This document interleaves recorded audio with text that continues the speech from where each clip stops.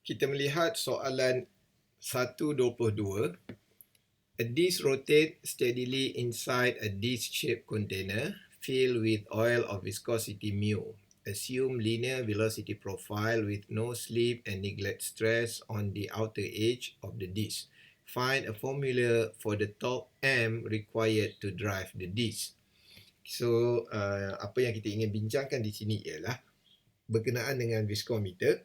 Berbeza dengan viskometer yang saya tunjukkan di atas tadi sebelum ini, kerana yang sebelum ini dia melibatkan penggunaan terminal velocity. Maksudnya kita penggunaan capillary tu, kita check berapa masa dia bergerak daripada satu point ke satu point, dan kita boleh mendapat nilai mu.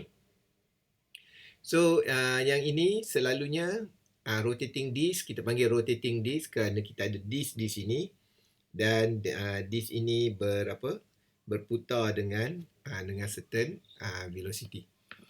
So selalunya ideanya ialah apabila ada perkara ini, kita ada disk di sini, disk ini akan berputar dengan certain velocity dan ia akan membentuk velocity profile. So dia akan membentuk velocity profile kat mana? So selalunya dia akan bentuk di sini.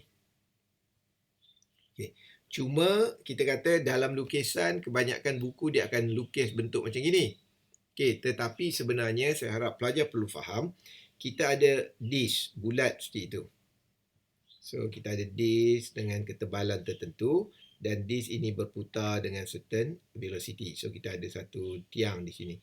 So kalau disk ini berputar ke arah lawan jam, katakan ke arah sana, so velocity profile yang sebenarnya adalah berbentuk seperti ini. Cuma di atas apabila 2D kita lukis bentuk macam ini. Tapi saya harap pelajar faham ia adalah berbentuk 3D seperti ini. So kalau untuk yang dekat sebelah sini, so dia akan jadi seolah-olah tegak, velocity-nya jadi macam gitu. So saya harap pelajar boleh imagine bentuk 3D di situ. Jadi bagaimana untuk menggunakan idea ini ialah kita perlu menggunakan ketiga-tiga idea ini.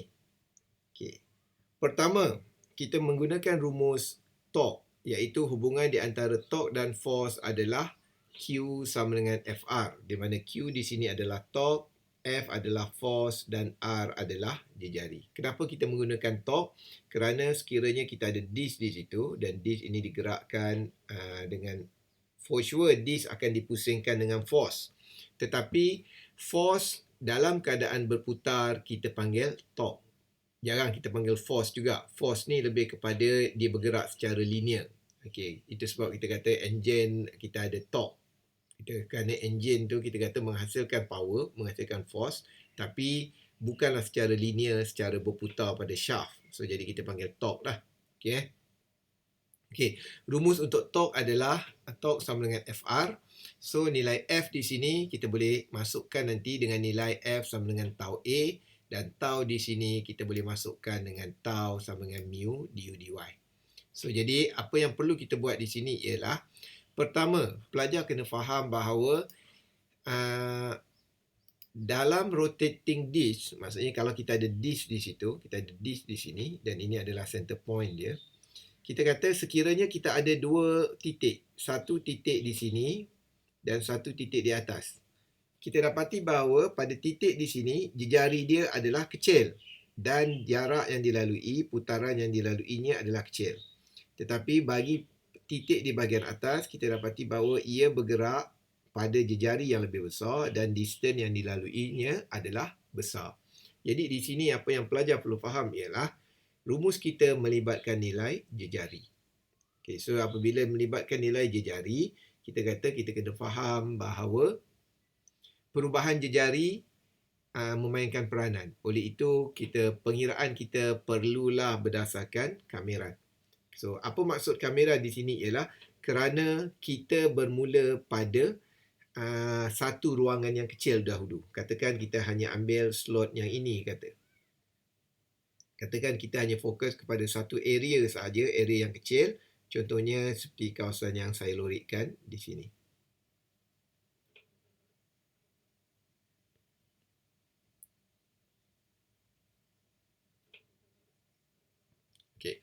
So oleh kerana ia adalah satu kawasan yang kecil, so kita tulis dq, maksudnya small torque equal to small portion of force didarabkan dengan R. Kenapa kita darabkan dengan R? Kerana pada jarak ini nilai R adalah constant. Okay. So kita bermula dengan rumus ini. So kemudian kita gantikan nilai df ini dengan tau A. Oleh kerana F sama juga dengan tau times A, oleh itu kita tulis dF sama juga dengan tau darab dA. Okay, so kita kata tau ini sama juga dengan mu du dy, dan dA di sini kita gantikan dengan 2 pi r dr. So kenapa dA boleh 2 pi r dr? So idea dia mudah sahaja. Kita tahu kalau bulatan seperti ini, okey, areanya adalah A sama dengan pi r square. So jadi kalau kita tulis dA dr sama juga dengan 2 pi r. So kalau kita menulis dA sahaja, dia akan menjadi 2 pi r dr. Okay, yang ini saya harap pelajar boleh alert perubahan kepada bentuk ini.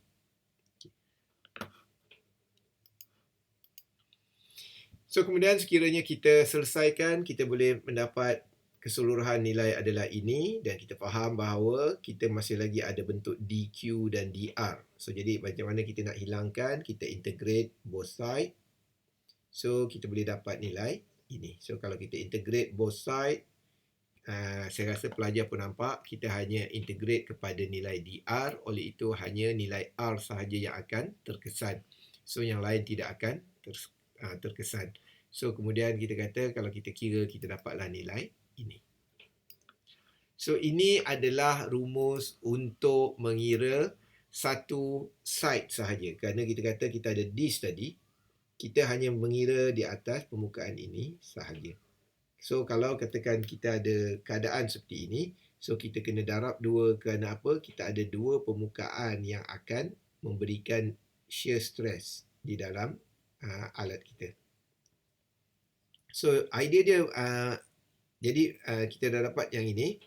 So total dia adalah, kalau kita darabkan dua, kita dapat nilai ini. So idea dia apa? Ideanya ialah, ini adalah nilai torque. Okay, so and then di sini kita ada nilai mu, kita ada omega, okay, kita ada pi, ada r dan ada h. So kesemua nilai ini kita boleh cari kerana ia adalah physical value. Oleh itu, sekiranya kita settingkan, maksudnya alat tu, kita ada alat sini, okay, kita setkan berapa torque yang kita akan beri. Okay, so and then sewaktu dia berpusing, kita boleh dapatkan nilai omega ni, maksudnya omega adalah rotational speed di dalam radian per second. So kita boleh dapatkan berapa radian per second dia. Pi dengan r ni kita boleh kira, dan h ini adalah gap untuk sistem tersebut. Okay, so and then kita boleh dapat nilai mu, maksudnya nilai resistan yang diberikan oleh cecair yang berada di atas dan di bawah disk. Okay, itu adalah cara kita mengira dynamic viscosity untuk cecair. Okay, di sini tadi saya lupa nak terangkan, nilai du di sini kita ubah. Kerana du adalah linear velocity. Maksudnya linear unit dia adalah meter per second. Tetapi di dalam rotating disk, kita ada disk di situ, dia berpusing dalam bentuk RPM. Okay, so maksudnya dia adalah rotational speed. Jadi kita kena ubah nilai u ini kepada rotational velocity. So apa hubungan yang boleh? Selalunya saya akan gunakan u sama dengan r omega. Okay, sama juga dengan pi dn over 60. So, jadi n ini apa? N ini adalah RPM, rotation per minute. So, R ini apa? R ini adalah radius. Okay, dan omega ini adalah radian per second. Okay, so ini adalah hubungan di antara linear velocity dan juga rotational velocity. Ada ketika orang pakai RPM, ada ketika orang pakai radian per second.